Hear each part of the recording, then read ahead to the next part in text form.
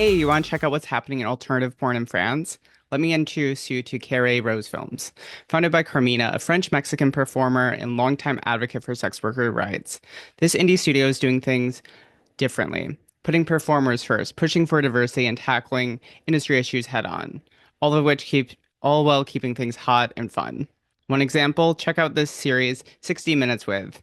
Carmina meets a fellow performer for 1 hour. No script, no plan, just sees where the moment takes them, and you get to be right there with them. Don't worry about whether you speak French or not. All films are either in English or subtitled, so you won't miss a thing. Curious? Head to carrierosefilms.com. That's Carrie rosefilms.com.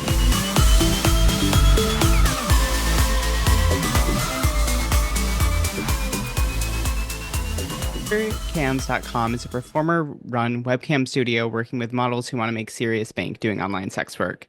Top Treasure Cams models are earning 100K plus a year, taking home weekly fat paychecks.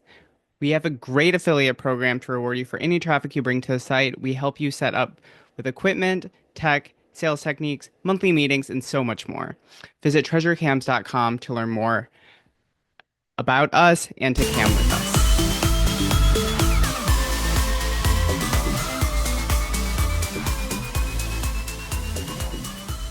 Have you ever been looking for an amazing queer cam performer?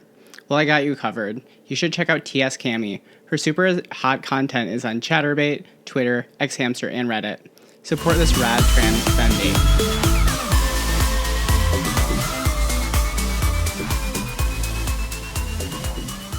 Enter your fantasies. Big Fantasy is a porn star, stripper, femdom, and expert making your fantasies come true. Explore Fig's secret, luxurious world at AQUATAFANA collective.net and at Figs Fantasies on OnlyFans and Figs Fantasy on Instagram. She's waiting for you.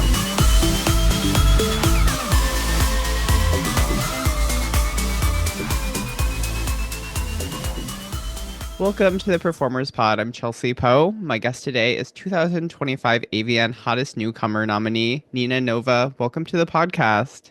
Thank you so much for having me. I'm so excited to talk with you today and to talk shop. Yeah, likewise. So, first off, was that your first AVN nomination? It was my first AVN nomination. So this year was all my first award nominations. I Oh got my my God. business nom, my first fan noms from AVN, and then my first movie that I was in nominated for an AVN as well. So lots of things happened this year. Oh my God, huge congrats. Thank How are you handling all of that? I feel like your first year is like so memorable. Like I have all my memories of my first year like right in the front of my brain all the time, I feel like. Yeah, it's been kind of a little bit of a whirlwind, right? Like I put in so much work last year. I busted my ass and I didn't expect anything to come from it. I was like always hoping at least for a nomination. Like that's all I ever wanted For was the sure. nomination, like just the recognition.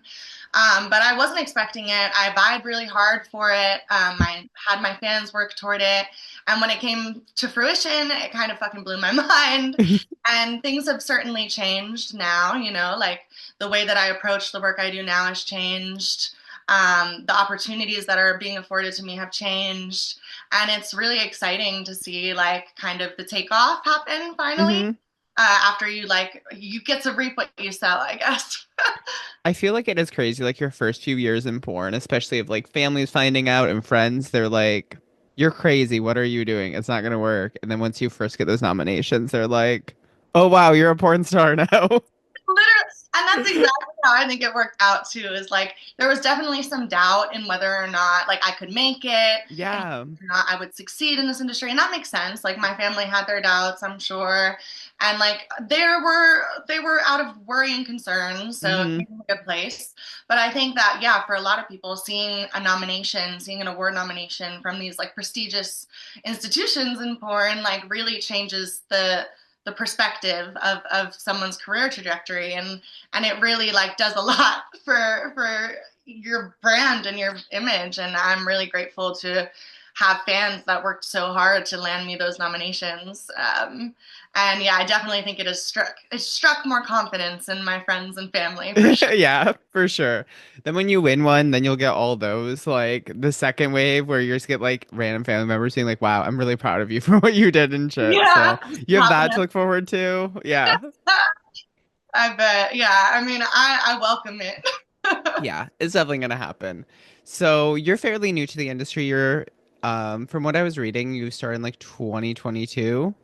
Yeah, so I have been a cam model and content creator for a Hmm. lot longer than I've been in the porn industry.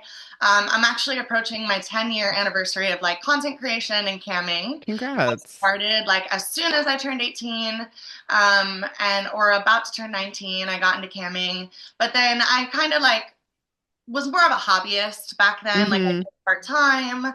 I was working vanilla jobs, and then about 2 years ago, I dove headfirst into the adult film industry. Almost 3 years now. So yeah, Hmm. about 2022. That's like so impressive whenever I meet people who are like 18 and knew exactly what they kind of like wanted to do. I didn't Yeah. start camming until like 20, and my biggest regret is I'm like, man, I could have started 2 years earlier.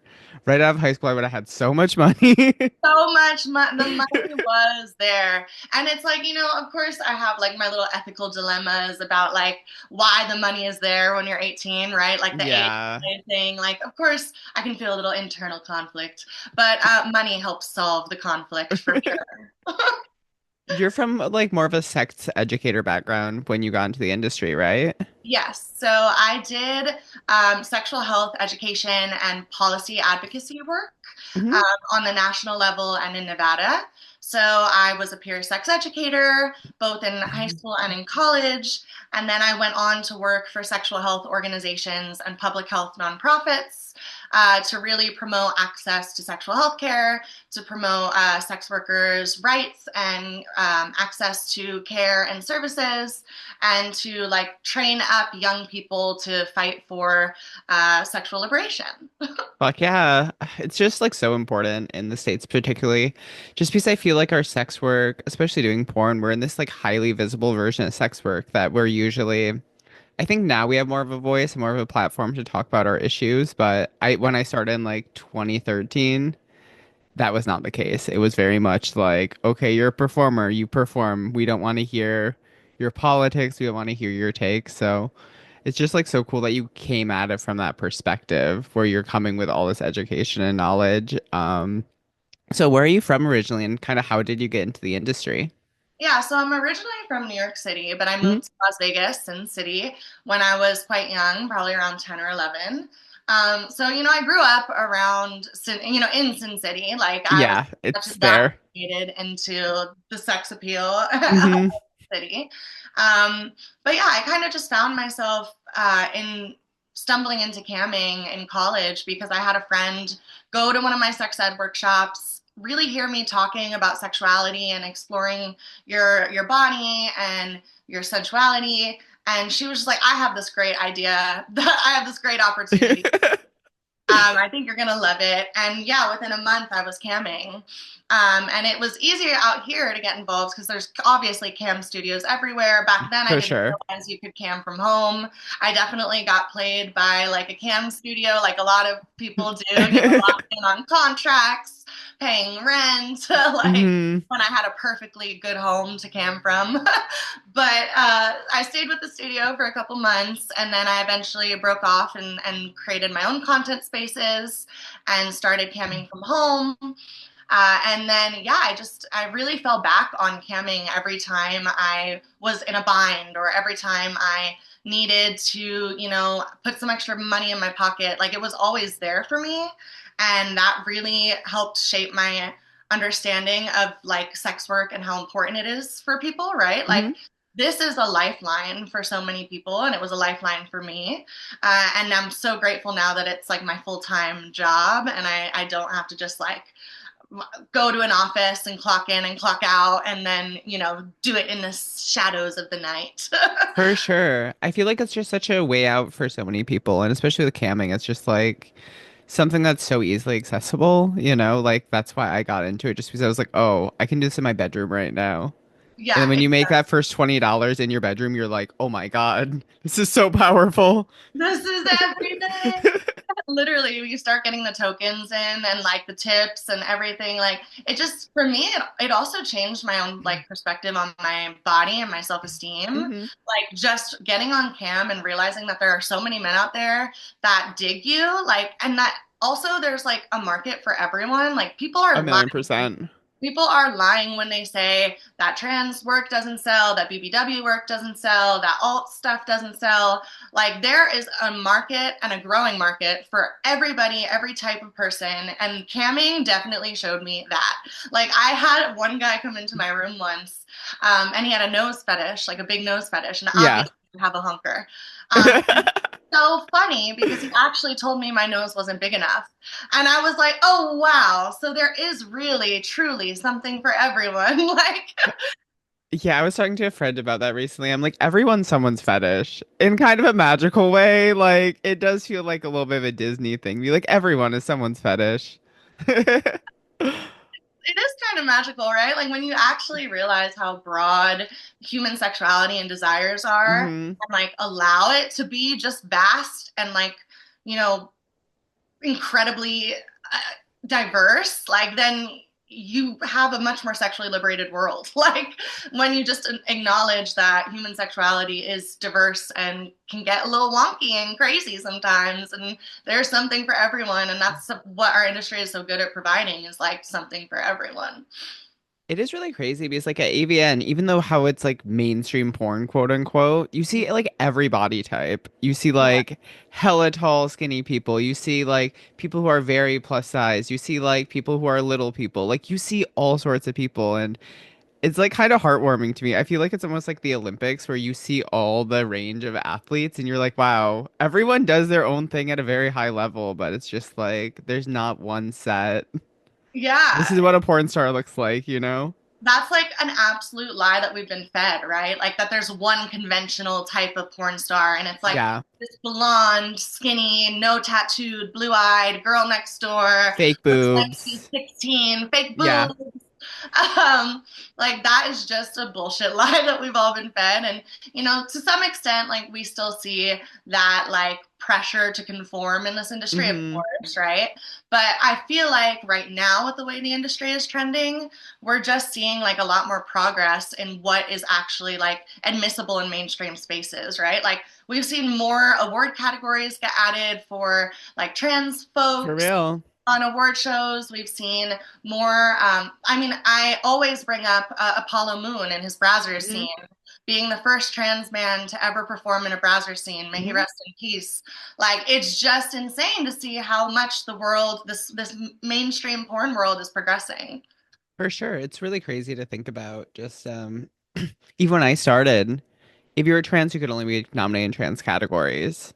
And it's just not that way anymore. Like you can be nominated in whatever category you want, essentially, as long as you're making porn that fits that genre. Yeah, as long as you're making excellent art, which plenty of folks are, you can be nominated. And that is like a really remarkable thing, I think, like that we are seeing that progress, even if, you know, industry executives don't necessarily agree. the For the real. the movement of the industry is in the right direction. Yeah, I feel like honestly when I joined porn, it was so mean still. Like it was still of that entertainment industry that's like late 2000s, early 2010 where everyone was just mean. So now Yeah. that everyone's so nice and like all this stuff, like going to AVN this last year, I was like, wow, it's such a good experience. No one like yelled about someone on stage. No one like pulled a Kanye moment on stage. Like It can definitely, you know, entertainment industries can definitely be cutthroat, and there's definitely a mean girl element to some of it. But I am glad that I joined when I did because I feel like it's not, yeah, it definitely is not as intense as it sounds like it was. yeah, it makes me way happier that like this next generation's coming up where that everyone's like, oh yeah, like everyone's like pretty nice. It's like fairly inclusive. I'm like, good. You guys deserve that. Yeah, because we y'all had to walk so we could run. Like, Yeah, like even before Pineapple even existed, like if you brought up mental health on set or at an award show, people would be like, what the fuck's wrong with you? They'd yeah, just be like, that girl's crazy. yeah, like that girl is gonna like have a psychotic break on set. Yeah. but now it's different, like, and now also speaking of like pineapple support, like there are Uh-huh. just so many more organizations to support us Yeah. too, like the Cupcake Girls here in Vegas, like Suede, like Yeah.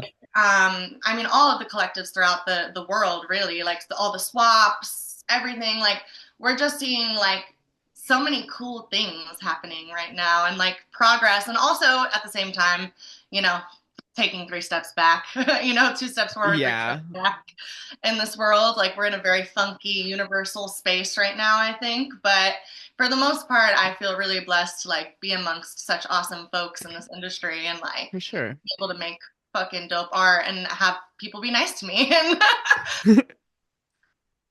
So, like, who are some of your influences that you got you in? I know Nina Hartley's one. I know you took your porn name from them. I love when people take other porn names from other people. Like my name, Chelsea's, Sasha Grey's character's name in the Girlfriend Experience. Oh hell yeah. Yeah, he's like they're my biggest influence. So, like, I just love whenever people like reference other porn performers in their stuff because I genuinely am like such a fan of the medium. So whenever other people are referencing the medium in the medium, I love that shit.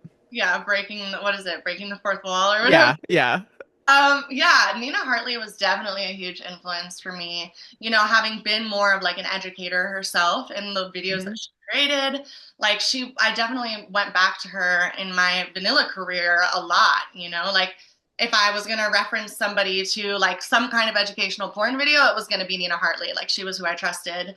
But there's so many other folks that definitely like influenced my entrance into porn. Like I had a tight knit close group of friends back when I got started with like Xander Corvus, Olive Oh Glass. yeah. I was working with Suede at the time, so I was around people like Summer Hart and Cody Vore, Oh like yeah, just totally. these impeccable, like top of their game performers who really modeled for me what it could be like to be in this industry on your own terms, which was really awesome, and it really modeled for me that like I don't have to play the game by someone else's rules to succeed, and they had belief in me, and I took a lot of inspiration from them. And I mean, like, there's just so many incredible people in this industry, like Nikki Sequoia, director that I'm just absolutely obsessed with. I take so much inspiration from them, and Keith Eros and Susie Q Hell and yeah. Casey Calvert, and all of these incredible like performer and director like Mm-hmm. combos, which is something I'm really interested in getting into as well. Getting behind the camera. So there's been a lot of folks who have given me quite a bit of inspiration over the last year or two. That's so awesome. It does seem like it now there's just so many, particularly like, femmes just like making stuff both as performers and directors and just really doing it on their own terms where, we don't have to have some guy with a camera on set anymore. It's No really great. camera.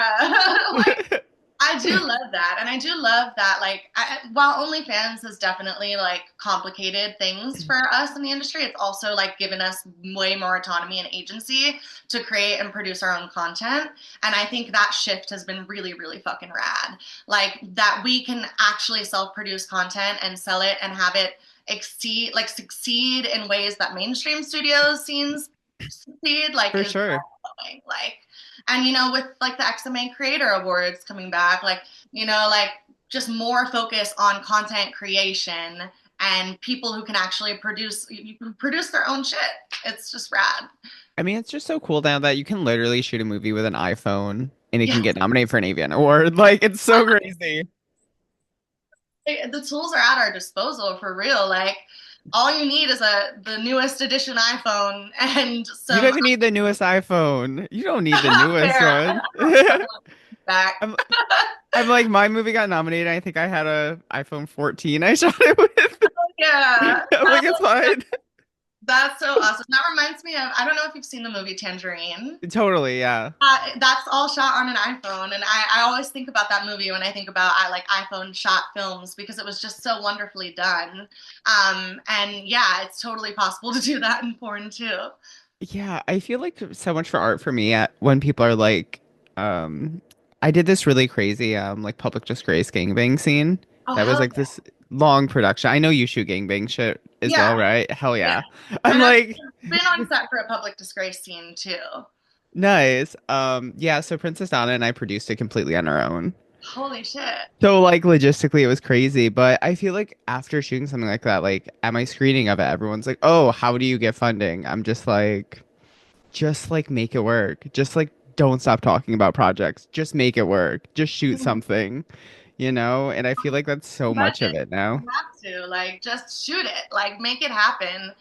And that I think is really inspirational too, right? Like just the make it happen attitude. Yeah.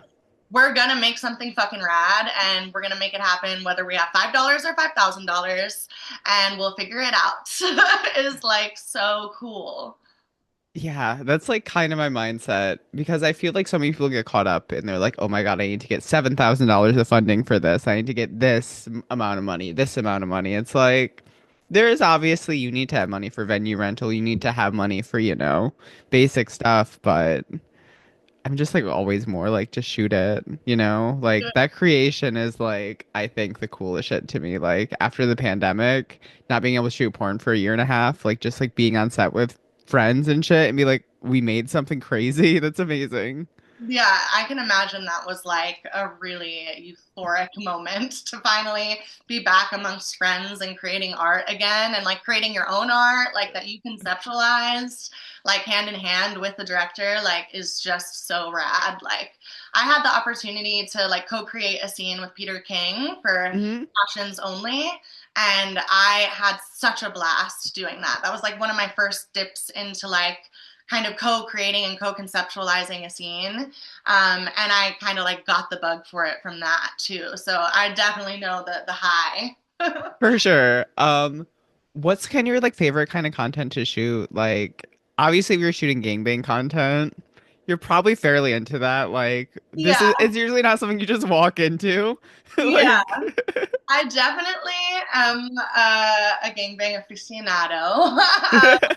I love me a gangbang. It was something that I'd fantasized about from before even getting into the adult industry. hmm So like when I realized that I could do it for real and do it safely and do it in a controlled environment, I was like, oh, fuck yeah, let's have like 10 guys use me like a fuck toy for an hour or two. So I definitely love gangbangs, but I've been really loving shooting fetish work lately. Like hmm I am so fascinated by, like I was talking about earlier, this wide range of sexual desires and kinks that exist hmm and fetishes. And like, I just find that it's so fun to go to set for a fetish shoot because you truly never know what you're going to get that day. Like, Yeah. I've shot with Fetishland Studios, I've shot with a couple small fetish studios. You just show up to set and it can be the most bizarre script you've ever read, but you know hmm at the end of the day that this script is going to make someone get off and they're going to love it, and it's just so fucking rad. Like I love how like unique it makes my day when I go to shoot fetish work. Like after this podcast, actually, I'm going to shoot a giantess fetish scene with Dahlia Von Knights. Oh So my God, that's amazing. yeah, so it's like one of my favorite things to do now is definitely fetish, and then gangbangs, of course, and then I really love girl girl, and I really want to shoot more trans content with the trans girlies and the trans boys. Yeah. But like I definitely think favorite my favorite is probably, yeah, it was tied between like gangbangs and fetish. So like because I don't have that many other people on this podcast that shoot gangbangs, can you tell me about like your first experience, like going into it? Like my first gangbang, I was shooting this movie that I made on my own. It was the last scene in the movie, and there was like I think it was 19 people were there. Wow. And I just remember like pacing the set beforehand and being like, "Oh my God, should I just fucking leave right now? Should I just leave?" And then it like being super overwhelming for the first 3 minutes, and then it was like, "Oh, this is a porn scene. I got this." It's just like more shit's going on at once. What was like your feeling going into your first one? Because I'm sure you had some similar feelings. Yeah, so I remember like the funniest thing that I said after the scene. Like I got home and I was hanging out with some friends after the scene, and I Hmm. was like, "You wouldn't guess, but a gangbang can be really overwhelming." I was like, Right? "It can be really overwhelming and like overstimulating. And I think that was like a funny little tidbit, like that I was like shocked somehow that a gangbang could be a lot to take in at once. But once you're on set, you kind of really realize it. Like you're really there. It's really happening. And all of a sudden there's like six dicks around your face and you have to like fucking all hands and feet and mouth and holes are like deployed. Like, so there was definitely a little bit of like overwhelm at first, but then there was like a lot. I just had so much fun. Like I Hmm. love the dynamic, like the group dynamic. I love shooting group scenes. Yeah. I enjoy like I think of it like a chess game almost. Like cuz you have to anticipate what all the other players in the room are going to be doing next, what they're doing now, and like figure out how to insert yourself in the sexiest way. So to me it's kind of like a little bit of a chess game in my head, like keeping track of all the performers and where we're at, like what positions we've done, what would look good. Like it's just a little bit more of a challenge and I enjoy that a lot. I enjoy like, and I enjoy like getting multiple people off. Like I do enjoy Yeah. pleasure. Like I love it. So like, especially shooting like my gangbang cream pie and my cream pie Kathy scene, like in my cream pie Kathy scene, there were 19 cream pies that I took that day. Like I had Damn. whoop, whoop, whoop, 19 orgasms. This is a fucking record. Like, I hope to break it, like, I aspire to be like a rebel rider with like 100-man gangbang, like, Hmm. I aspire to like do fucking weird, crazy, big shit that nobody expects. And the gangbangs definitely are part of it. Just like I feel like just working on something that was like so production hard, shooting a public disgrace scene and like planning and doing all the production, just the idea of 100 people, I'm just like, oh, that's so many releases, that's so many people's IDs. Like I hate that. That's where my mind goes now. I think the same because Yeah. I saw that Tadpole announced that Rebel Rider is going to be doing a second 100-person gangbang. So of course I was like, I want in, and I Yeah. continue to make it clear to Tadpole, I want in, I want to help, I want to fluff. But I started to realize that like, wow, the logistics that probably go into that are crazy. You have to have at least like 6 PAs just for Yeah. paperwork. And like to even check tests, like how do you check 100 people's tests and like keep track of that? Like there must be so much organization that goes into the back end of that. Like, and I commend folks who do it because I am not digitally organized to save my life. I would be a hot mess producing a scene like that. I already know that is not my ministry. It's so difficult. I'm like after that just shooting like a girl scene in a dungeon where I'm getting dominated, I'm like, "Oh wow, this is so chill and fun." As I'm like getting This like electrocuted. is so fair. Yeah. When I shot it, we also had to create the event. So we had it, we pretended it was like a nightclub. So we essentially had to throw a party. So it was like inviting people to be like, hey, I'm gonna get gangbanged here. If you just like want to come and hang out, like Still, here's the flyer for it. that's like, there's so much that goes into these scenes people don't even realize, like especially the bigger scenes, like the Yeah. public disgrace scene that I was in. I was just like one of the people in the Hmm. background kind of. It was with Princess Donna and it was with Kink a couple years 2 years ago. Oh, that was I think one of their last ones for Kink because they left Kink after that, and Yeah, that's I when think we it started was. teaming up. Yeah. Yeah, so it must have been their very last one. I think it was February 2023, if I remember correctly. But it was crazy. There were so many people on set. Yes. There was so much going on. And like I got to play and be a part of it to an extent. I got to play with Hmm. the girls. I was a little bit incorporated into the scene, which was really exciting. But there was just so much energy, like, because again, it was kind of like a party situation, right? Yeah. Like everyone's partying and there's like 40 people there and like So and fucking gang crazy. and crew. Like it's just one of the more outstanding feats that I think the porn industry puts out is those public disgrace videos, those large scale like hella extras on set videos. Like a lot goes into that and it makes those pieces of art even cooler when they are, finally finished. Yeah, let's give props to Princess Donna. I had her on this podcast. That I'm friends with her now is crazy, but like I think she's like the best BDSM director. Like that shit's so fucking crazy. She has done some of the most iconic shit in that realm for sure. She's a legend. Yeah, I live in San Francisco, so like I just when I'm going about the city, I just see these locations. I'm like, oh my God, that was in a public disgrace scene. There. That pizza place, I remember that scene. It's so funny too because I remember like some of the very first like porn that I got into was public disgrace kink scenes from Yeah. way back in the day. Like Hmm. way back in the day. I was obsessed with them and then yeah, to like meet Princess Donna and to get to work with her on set and to be a part of a scene. And it was our public disgrace scene that I did with Princess Donna was for her birthday, I think. It was like her birthday Oh celebration. yeah, yeah. So it was even extra special, like to just like get to meet an icon and a legend and to be a part of something that I'd absolutely loved to like Hmm. enjoy in my own home and my own life. For real. Yeah, it's definitely amazing. I can't even imagine being like the primary performer though. Like props to you, dog. Like that shit is intense. Like my body did shit I didn't know it could do. Like I got fisted for the first time. I Wow. peed on cue for the first time. I'm like, I didn't. I I had zero idea. the absolute limits. And yeah, and when you like enter subspace and like you get in that mindset, it's kind of crazy like what you can find yourself doing and find yourself into even that you might not have even realized. Like it's like a whole nother world that you enter. I mean, I'm sure you know being on her set, like when she does her talk before the scene, it becomes so real where you're like, holy shit, I'm on a public disgrace set. Holy shit. Yeah, this is Like, about to get intense. This is about to get very real. yeah, totally. I like had an out of body experience where I'm like, I wasn't even thinking about performing at that point. I'm just like, wow, this is happening again. I'm so glad that this series is here. All this shit. What other like porn really inspired you? Because same here, like Public Disgrace was definitely a big one for me where I was just like, I think I'm a dyke, but also of like Princess Donna's electrocuting me and forcing me to do straight shit. That gets me fucking wet, so I don't know.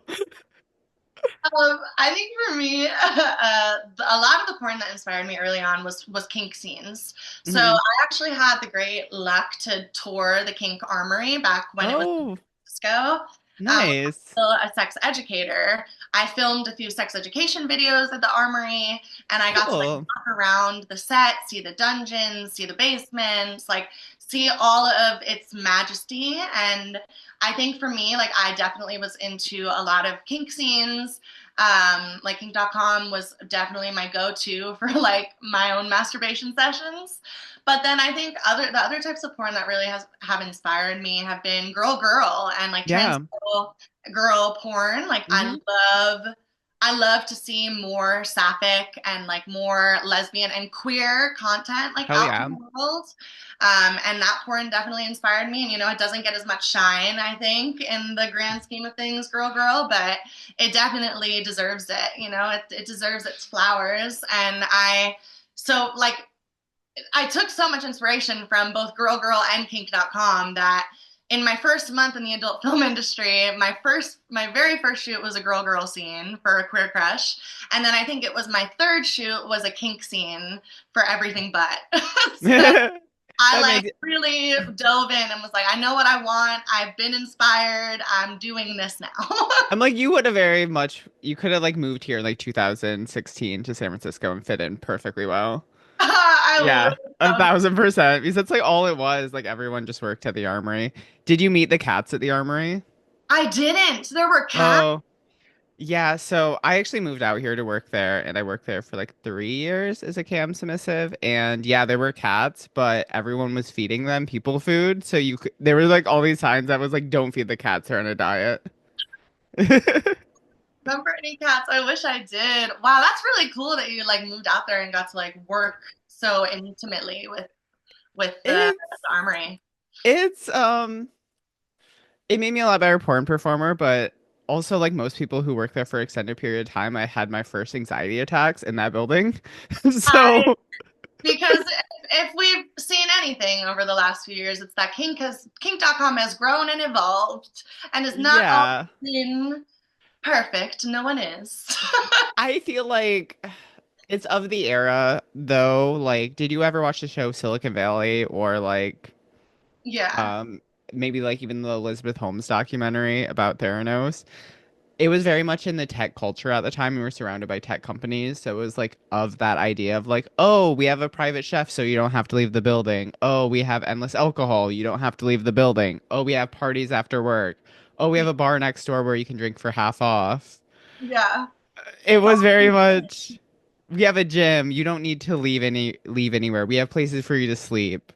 So it really kind of starts to become your whole life, and then the work-life balance is like literally nothing, and there's people sleeping on sets and shit, and Crazy. it got too much. I'm glad it made me a lot better porn performer because you're like surrounded by people who are winning AVNs and shit all the time, and around the best gear. Like when you came there, you would have access to a Sibian, a fucking machine, every BDSM thing you could imagine. Ah, so It cool. was, yeah. But also like anxiety disorders. So Disorder and mental health. And now we have yeah. support. Thank you. Yeah, now we do. See?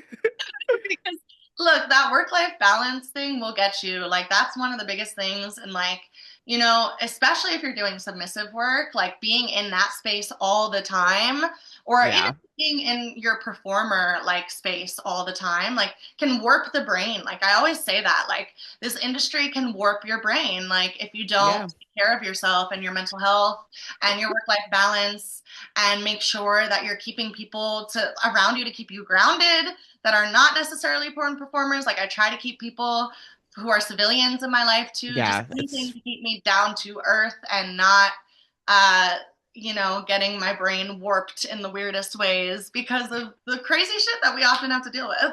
yeah, I feel I was in music before porn. So I think it might be a whole entertainment industry thing. Obviously, I think we do have like some very specific things with porn, but Yeah. I always have like, especially with press and shit, I don't know if you still get this. But there's like this expectation of the bad shit that happens in porn is like a director on set's like, you have to do this. Mm-hmm. And it's like that's usually not how it actually happens. Very rarely. It's like all the entertainment industry shit's what's fucked up with porn. Yeah. Where it's just like, oh, I think I'm gonna have a career down the road, but it's like this instability, these people who are like, oh, well, if you work for this company, you're gonna get your big break. Yeah. Like, I feel like there's just all these things in the entertainment industry that are just so complex that to the outside world doesn't really fucking matter. Yeah. But when you're in it, it's so important. Yeah, it's like the politics of it, right? Like Hmm. it's a cutthroat industry. Like entertainment industries at large are cutthroat. And even though we're a lot nicer now, like it's still a very competitive industry. Hmm. And there's a lot of like bureaucratic bullshit that you have to learn to like navigate the like this world. And it like definitely requires some finesse. Yeah, how do you think you've been like handling it so far? I mean, obviously you've had a lot of success. You're going to your first AVN award. That's fucking huge. Like, I'm assuming when you got into the industry, you're like, if I can get one nomination, that's amazing, right? Yeah. I mean, I feel like I've been handling it pretty okay. Like I think it's been an adjustment period. It definitely like has taken me some time to get used to like this new status. This year at AVN was the first time I signed at a booth, actually. So first time I signed with a company, and it was the first year that I really had fans like seeking me out at the expos, like at Amazing. and AVN, and it really started to wake me up to like the reality of like wow, this is my life now, like this is actually my life now, like, and I'm so blessed and grateful. But there's definitely a lot of pressures that come with this industry, and like I've definitely had to take breaks, like last year I think I took like a 2 month little hiatus, and just to like recharge and to recoup, and like I think you need those. I think you need like For kind of sure. ebbs and flows because it can be so intense and so fast paced. And like there's so much pressure to constantly be putting something new out, to constantly be on, to constantly be appearing at events. Like, so I think for the most part, I've been doing okay. I've been taking breaks when I need it. I've been like really waking up to the reality that this is now my life and there's no and yeah, I've just been trying to take it day by day and like really just remain grateful and blessed, you know, like I just feel blessed. Yeah, I think like camming also gives such a good base to anyone's career because, you and I both started camming before we did porn, right? Mhm. So it's always like this thing you can just be like, oh, I'm gonna cam for a little bit. Yeah. You always are gonna have that where I feel like performers who don't have that background, I feel like it has to feel so much more high risk because it's like, okay, if I'm not getting cast, what do I have going on at all right now? Yeah, exactly. And not like even beyond that, like starting with camming like gives you so many hard skills. Like being Hmm. able to talk to a camera with like nobody even responding for like hours on end and like being able Yeah. to come up with dialogue like and have conversations with literally no one in your room because you have to attract people to your room and you have to talk to the two people that are in there. Like Yeah. we've all been there, like, and, but it grows so many skills, especially around like, you know, on camera presence, around like ad libbing, around staying on your toes, you know, like, and it's a lot more labor intensive than I think people realize. I think a lot of people think camming is like an easy cash grab. And I'm always like, I no, always love the camming ads like during AVN and other award shows where they like have the ad for the campsite and what they make camming look like is so different than the reality of for it. real, it's like towels, lube, like fucking cat running around in your room that you're trying to shoo out, like Yeah, and drop then like the boxes users falling. are saying inappropriate things about the cat and you're like, I have to ban you. You can't talk about Get that. kicked out for real. It's just so like it. The reality of it is so funny. Like if you saw the behind the scenes, honestly, of any of the work that we did, like if fans got to see it and see how the sausage is made, like I think Yeah. they'd have a fun time. I always talk about like wanting to put together a bloopers reel from my porn scenes, just to see, like show people kind of like the reality of like what it's like on set. Like things happen. Like it's funny. Like it's not all perfect and pristine, and camming is definitely not perfect and pristine. Yeah, for sure. I feel like whenever you see like the ads for it, it's like a girl dancing for like half a second and then it's like, oh wow, I hit all my cam goals for the day. Not Yeah, like I those just days made 1,000 tokens. where you get on cam and you're like, oh my God, I made $7 over the last 3 hours. What am I doing with my life? For real, more the reality. People don't realize like that.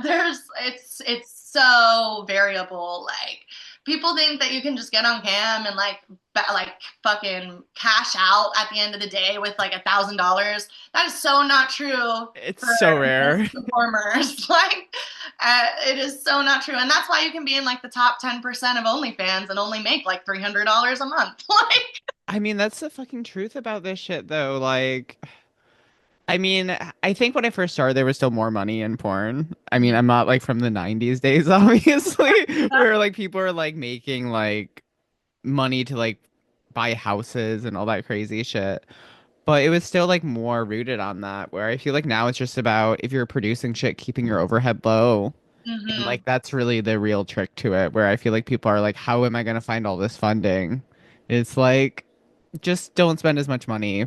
Talk yeah. to people, try to figure out deals, all that sort of stuff. Creative. You have to get creative because I mean like I always hear people say like sex workers can all like always spot like a recession on the horizon, and like right now there is a recession for sure on the horizon. Like there's Yeah. less money around in the world right now than there has been in past. And it just requires us to get more creative with our marketing, with the ways we create our content. And yeah, collaborations become even more important, right? Like finding people who want to create art like you, who are willing to like put their time and energy in to co-create something with you. And that's something I'm focusing on a lot more this year is doing more collaborations. In the past, I haven't done as many. I've mostly shot studio scenes or solo content. But this year, I'm really trying to venture into collaborations so I can create my own content in like a very low overhead kind of way. Yeah. Yeah. Get a little creative with it, and also like just expand my base, like expand my fan base, and expose myself to other markets that I might not have even entered. So there's a lot of like benefits actually to needing to get creative right now. Yeah, what are you like wanting to do? Do you have any like big concepts that you haven't been able to shoot yet? Yes, so I have quite a few storyboards that I'm sitting on right now, and I'm hopeful that this is the year that I will get to make them a reality. One of the scenes that I've been dreaming of making happen, the last two TEAs, the two T's, I ended up not being able to, but the third tease, I'm happen. I really want to do a trans mask topping gangbang scene where I get Hell gangbang yeah. by all trans mask folks topping me because there may be a shortage of trans mask tops in the industry. I've noticed, but I have identified the best. You have a list. I have a list, and I am really, really excited to produce something like that, and just to like put a spotlight on trans mask performers. Like they deserve shine, and sometimes they don't get it. They get a little bit pushed to the side. It is Um, like kind of strange that's always like every year for since like maybe like 2008. It's like there's one trans guy nominee in the best trans category. It's just like, okay, you're the one. Okay, all right. Literally, and that's like there's so many dope trans mask performers that I'm friends with that like I just know they like deserve their flowers, and that's part of why Hmm. I want to produce that scene. And then I have a couple other like girl scenes, like a Galentine's Day concept Oh, that I've been cute. playing with that I hope to pitch to like She Seduced Me or a studio like that to do in collaboration. And I have a lot of fetish stuff that I'm playing with this year. And I definitely want to explore doing bigger gangbangs. I have a dream of doing a Super Bowl gangbang. Love that. I think there's 52 players on a football team. Not all of them play on the field. I think 11 play on the field. I don't fucking know. Well, I can break it down. So I used to have a sports podcast that actually focused Okay, on break it football. down. So college football teams have much more. Oh wow. So that's like 108, I Oh think. It can shit. be up to that. So like it depends on what level you want to. Let's say NFL Super Bowl. How many players is that? That's a good question. I think it might be more than 52 because I think a lot of players are just included so they can say they like are in the Super Bowl and their families can go. So I would say maybe like around between 60 and 85, I would assume. That's like, so my dream is to debut a gangbang on the Super Bowl with however many performers there are or players there are in a team gangbanging me and like maybe in football insignia and shit like that. Like That's great. I like think about it every time the Super Bowl comes around. I'm like, I want to have my own Super Bowl and I want it to be a massive gangbang. And then I think that would be awesome. There was this girl, I can't remember what her name is. It was in the 90s though, and she did a 500 person gangbang. It was like her name 500 and it was like racing themed. Wow, that's sick. There's a really good series. If you have like the Showtime app, whatever it's called, I don't know what it is. All these apps always change their fucking names. But it's like the 50 most influential porn films, and it's like by the industry. So it Wow, goes all the way from like the golden age of porn in the 70s, I think all the way up to like pirates and shit. So wow. it goes through all these movies, and that was one of them where this girl is just like laying there, and there's just these dudes like coming through. Climbed up. Yeah. I just like So I wonder how long it takes your pussy to be, or your asshole, or your mouth, whatever, to be normal again after that. Like, because when I did my 8 guy gangbang with the 19 cream pies, the pussy was definitely a little different for a day or two. The boy really, came in handy. I feel like I've got my anal training down where I'm like, I Hell was yeah. good after it. Like I had no anal pain at all. You're a fucking legend. I mean, I just had a butt plug in literally when I did the most boring shit before for like a month Yeah, straight, where I'm that's like, so smart. just like have a butt plug when you're at the gym, have a butt plug when you're just like doing anything. Like that's just like kind of what I started doing. I need to get on that. So one of my very first scenes, like I said, was everything but, and it was an extreme anal scene. And then I did like one other anal scene with Dominic Pacifico, And then I just never did another anal scene again. And I want to get back into it. I love anal in my personal life. I just like am a little bit like the prep that goes into it and the It's a training. lot. It's a lot. And I commend performers that do anal, especially that do anal primarily, because y'all are troopers. I don't know when y'all eat, how y'all sleep.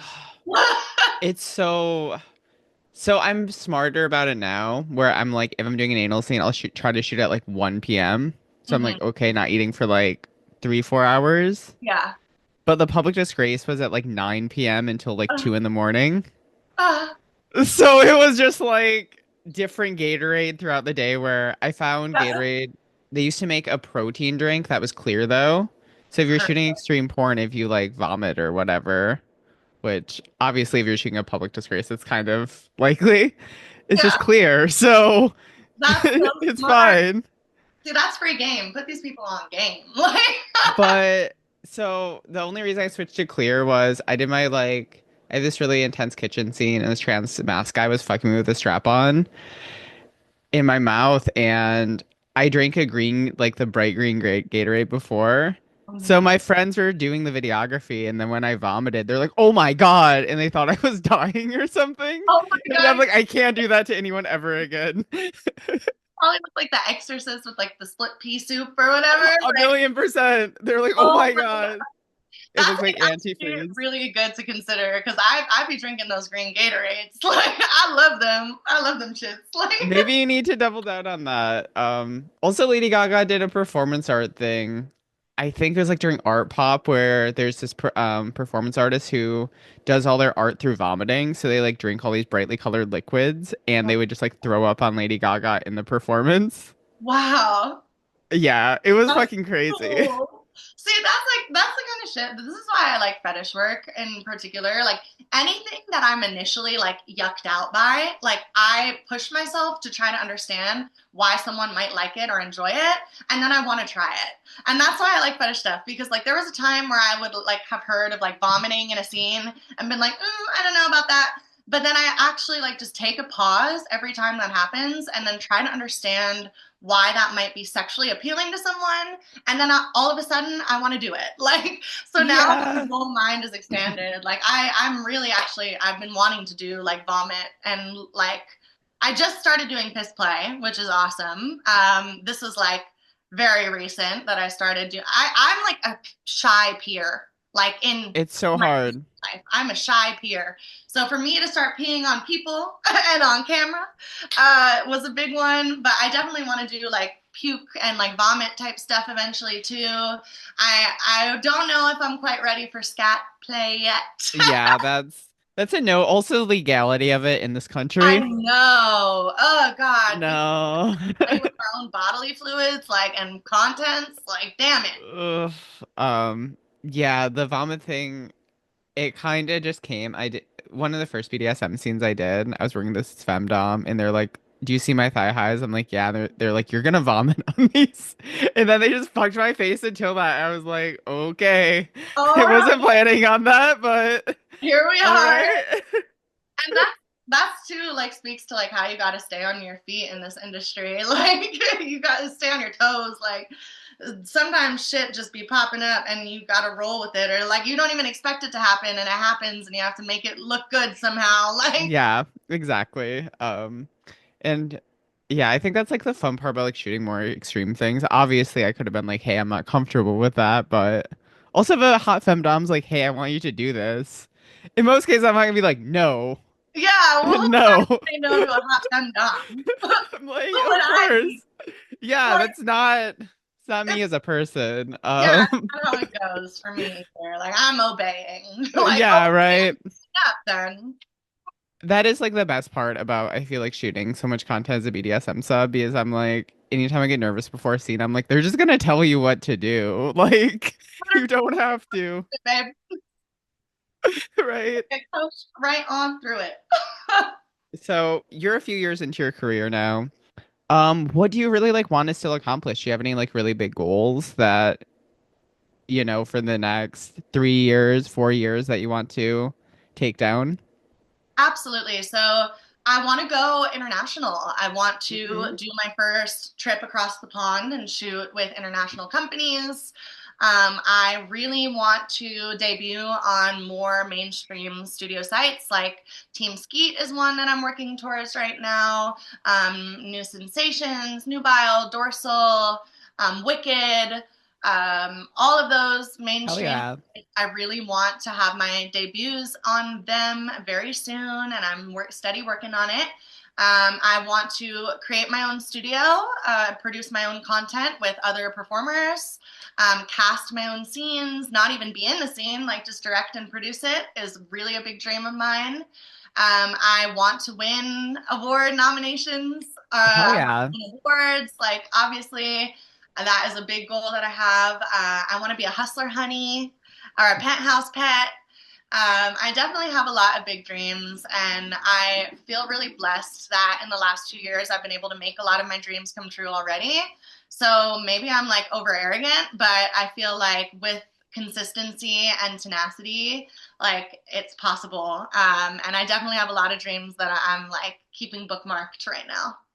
Yeah, I mean, you made all the way to AVN 2 years in. Like, you got this. Like, Thank you. I Yeah, can't wait to see you definitely. accomplish all this. Hopefully, you come back on after winning some awards and we can be Yeah. like, Do a little follow up. manifested it. Yeah. Yeah, I definitely feel like I made it past the hump, right? Like there's a lot of times in this industry where people will dive into content creation and porn for like a year and then they'll like burn out and they'll leave the Hmm. industry, right? Like people will retire quite quickly. Sometimes there's a little bit of a turnover rate. I feel really grateful that I stuck it out and I kind of made it past that initial hump and that I started to get that industry recognition and that I'm like privileged to be recognized at all. You know, it's not something I take for granted, and it definitely feels like it is an indicator of potentially more success to come. For sure. You're in the next generation of porn now. You're not the newest anymore. So, probably in 2 years, there's gonna be a girl who comes up to you at AVN and be like, "You're the reason I'm in porn." Like, Oh, that stuff starts happening real fast. And then you're like, wait, I that started would 3 years ago.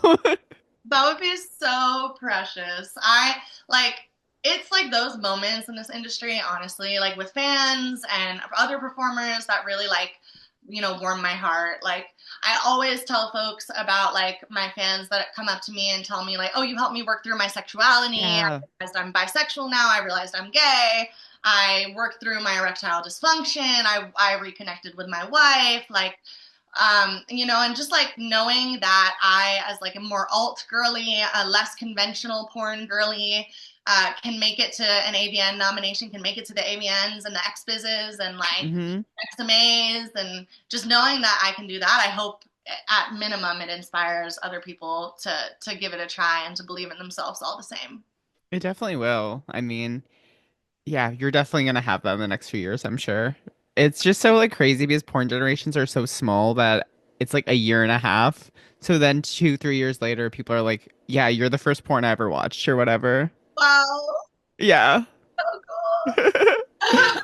Cool hearing like how it actually pans out the longer you're in the industry. Yeah, I'm so excited to see everything you can accomplish. So I have one final question for you. This is the only kind of like BuzzFeedy sort of question. Got it. So let's say you can wake up tomorrow and one thing important could magically be changed. What would you have it be? That's a great question. If I could wake up tomorrow and have one thing in the industry magically be changed, we would be unionized.